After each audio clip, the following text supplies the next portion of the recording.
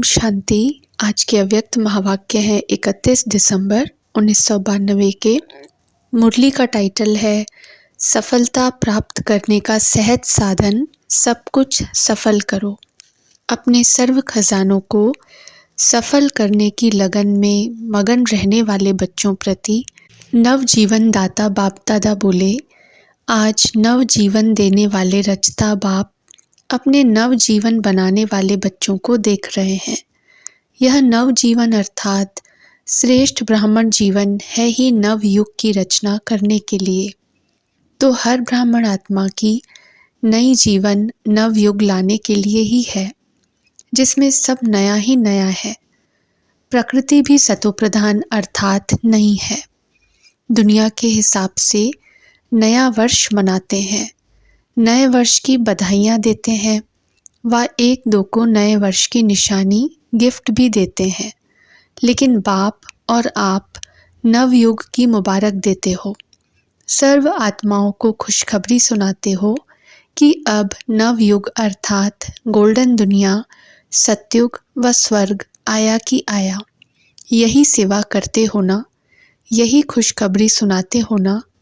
नए युग की गोल्डन गिफ्ट भी देते हो। क्या गिफ्ट देते हो? जन्म जन्म के अनेक जन्मों के लिए विश्व का राज्य भाग्य। इस गोल्डन गिफ्ट में सर्व अनेक गिफ्ट्स आ ही जाती हैं। अगर आज की दुनिया में कोई कितनी भी बड़े ते बड़ी व बढ़िया ते बढ़िया गिफ्ट दे तो भी क्या देंगे?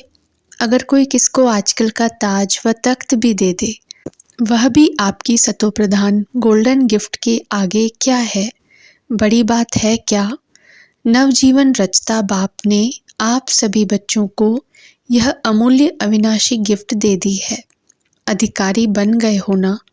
ब्राह्मण आत्माएं सदा अटूट निश्चय की फलक से क्या कहते कि यह विश्व का राज्य भाग्य तो हमारा जन्म सिद्ध अधिकार है।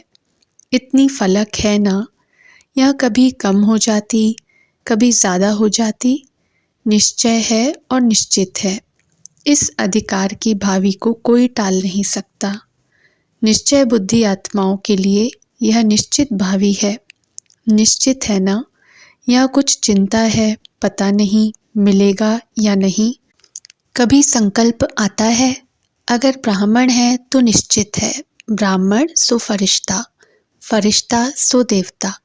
पक्का निश्चय है ना कि थोड़ी हलचल होती है, अचल अटल है। तो ऐसी गोल्डन गिफ्ट बाप ने आपको दी और आप क्या करेंगे? औरों को देंगे। अल्पकाल की गिफ्ट है तो अल्पकाल समाप्त होने पर गिफ्ट भी समाप्त हो जाती है, लेकिन यह अविनाशी गिफ्ट हर जन्म आपके साथ रहेगी। वास्तविक मनाना तो नवयुग का ही मनाना है, लेकिन इस संगम युग में हर दिन ही मनाने का है, हर दिन मौज में रहने का है, हर दिन खुशी के झूले में झूलने का है व खुशी में नाचने का है, अविनाशी गीत गाने का है। इसलिए ब्राह्मण जीवन का हर दिन मनाते रहते हो। हर दिन ब्राह्मणों के लिए उत्साह उमंग बढ़ाने वाला उत्सव है। इसलिए यादगार रूप में भी भारत में अनेक उत्सव मनाते रहते हैं। यह प्रसिद्ध है कि भारत में साल के सभी दिन मनाने के हैं और कहाँ भी इतने उत्सव नहीं होते जितने भारत में होते हैं। तो यह आप ब्राह्मणों के हर दिन मनाने का यादगार बना हुआ है। इसलिए नए वर्ष का दिन भी मना रहे हो। नया वर्ष मनाने के लिए आए हो तो सिर्फ एक दिन मनाएंगे। पहली तारीख खत्म होगी तो मनाना भी खत्म हो जाएगा। आप श्रेष्ठ आत्माओं का नया जन्म अर्थात इस ब्राह्मण जन्म की श्रेष्ठ राशि है हर दिन मनाना, हर दिन उत्सव। आपकी जन्म पत्री में लिखा हुआ है कि हर दिन सदा श्रेष्ठ ते श्रेष्ठ होना है। आप ब्राह्मणों की श्रेष्ठ राशि है ही सदा उड़ती कला की। ऐसे नहीं कि 2 दिन बहुत अच्छे और फिर 2 दिन के बाद थोड़ा फर्क होगा।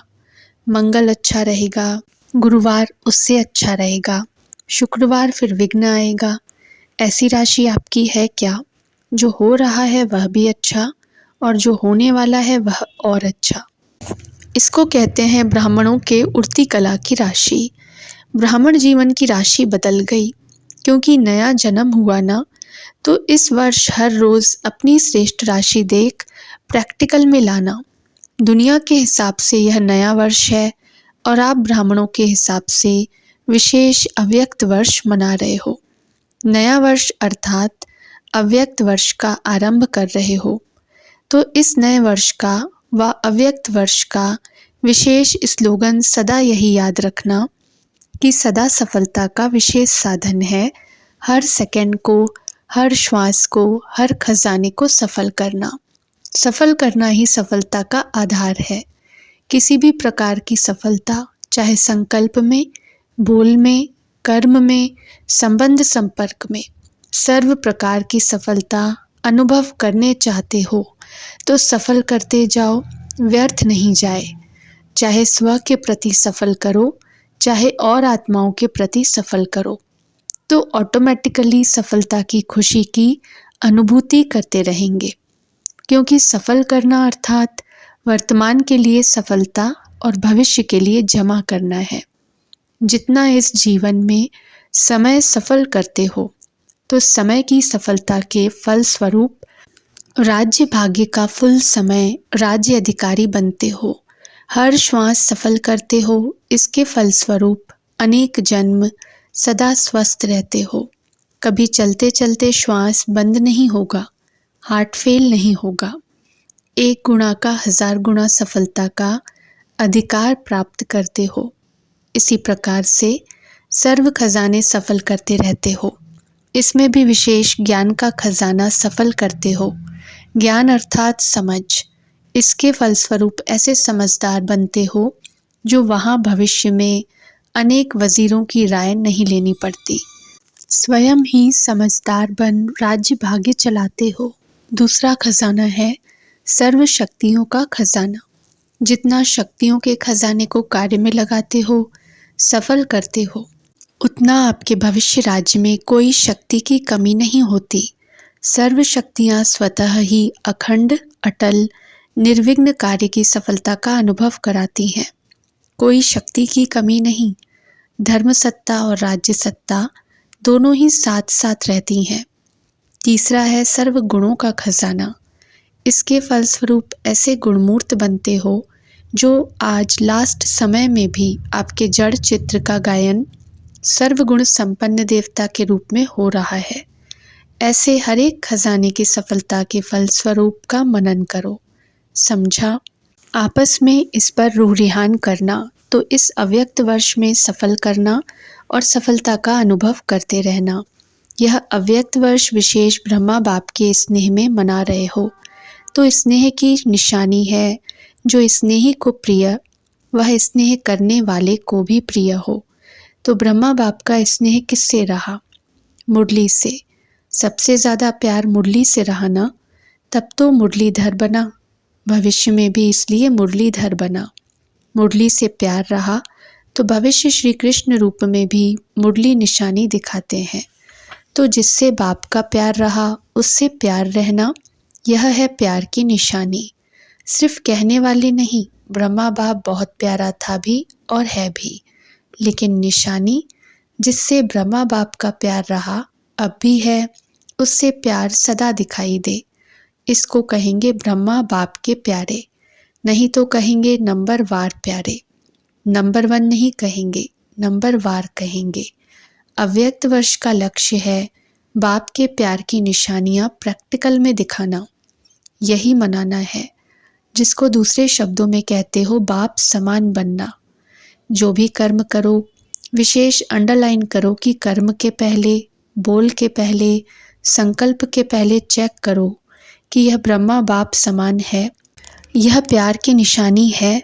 फिर संकल्प को स्वरूप में लाओ, बोल को मुख से बोलो, कर्म को कर्मेंद्रियों से करो।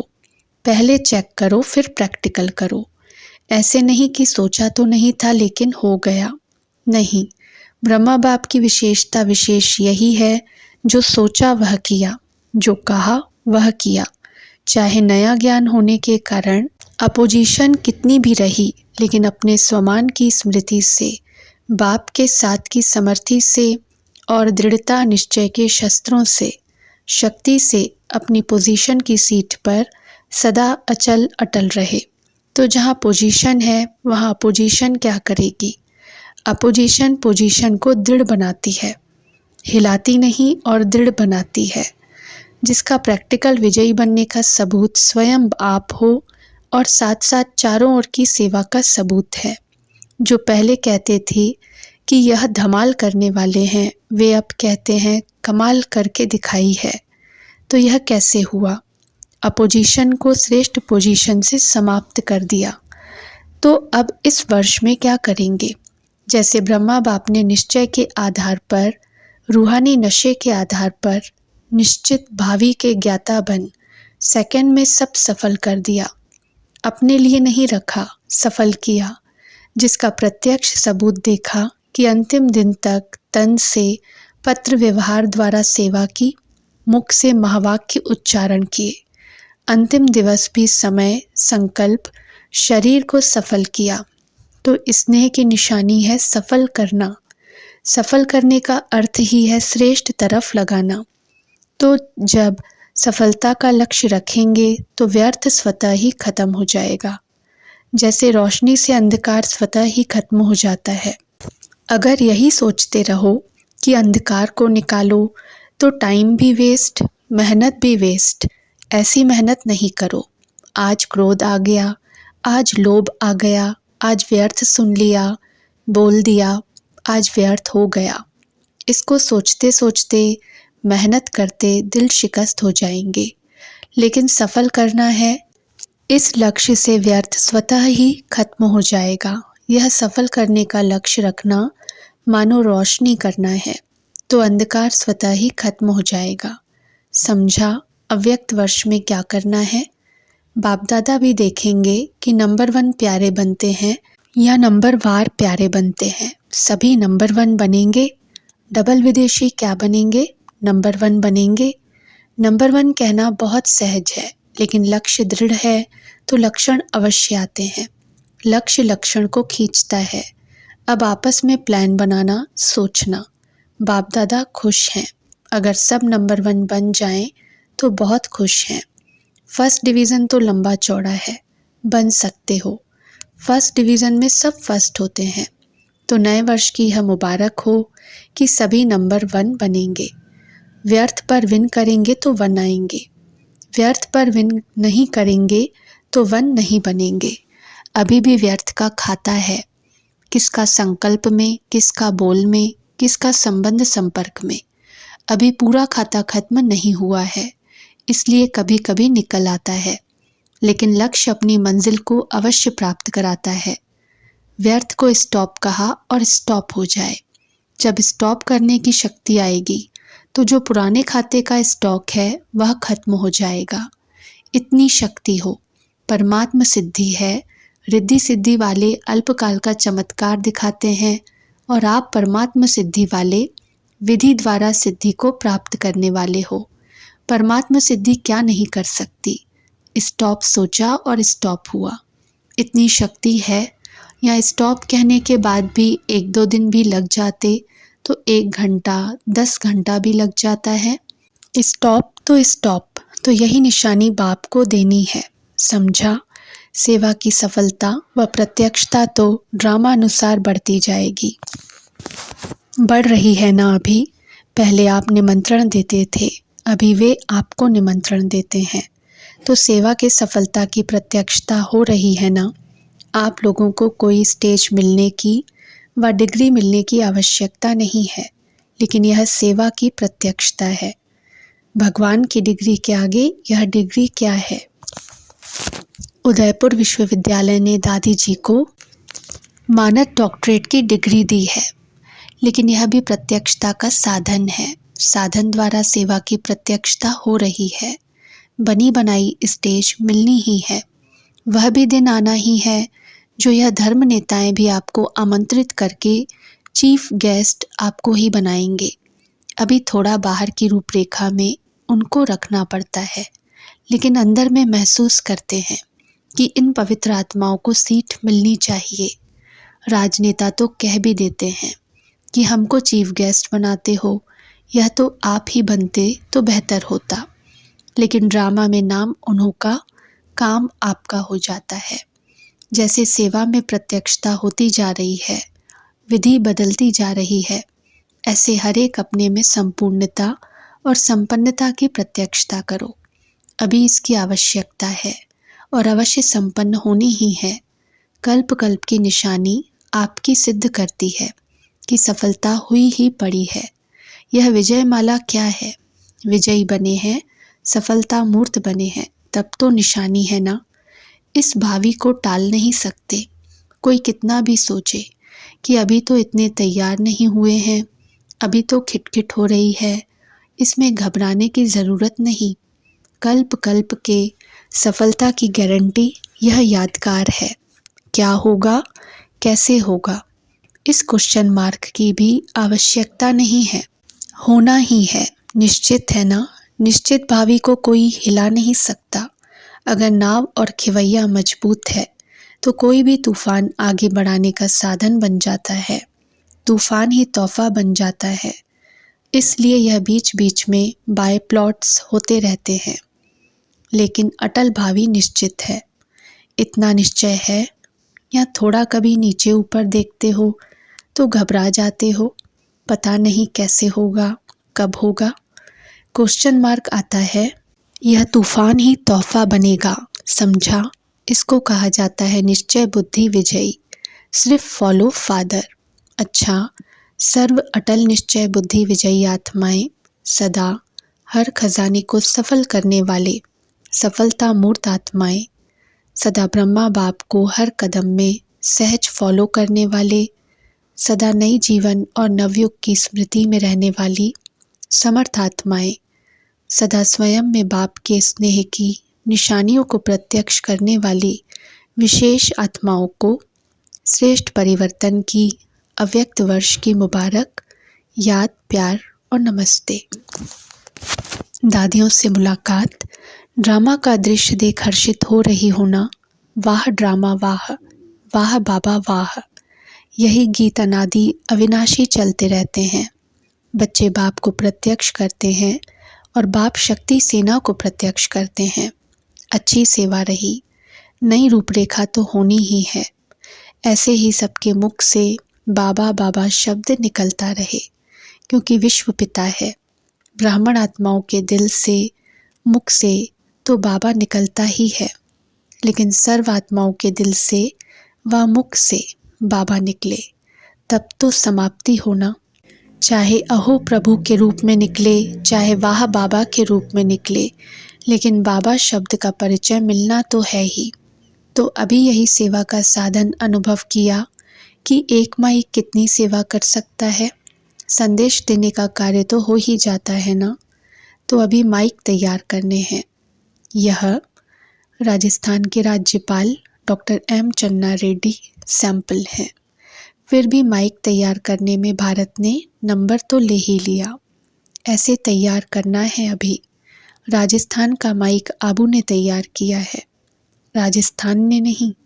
अच्छा, ओम शांति।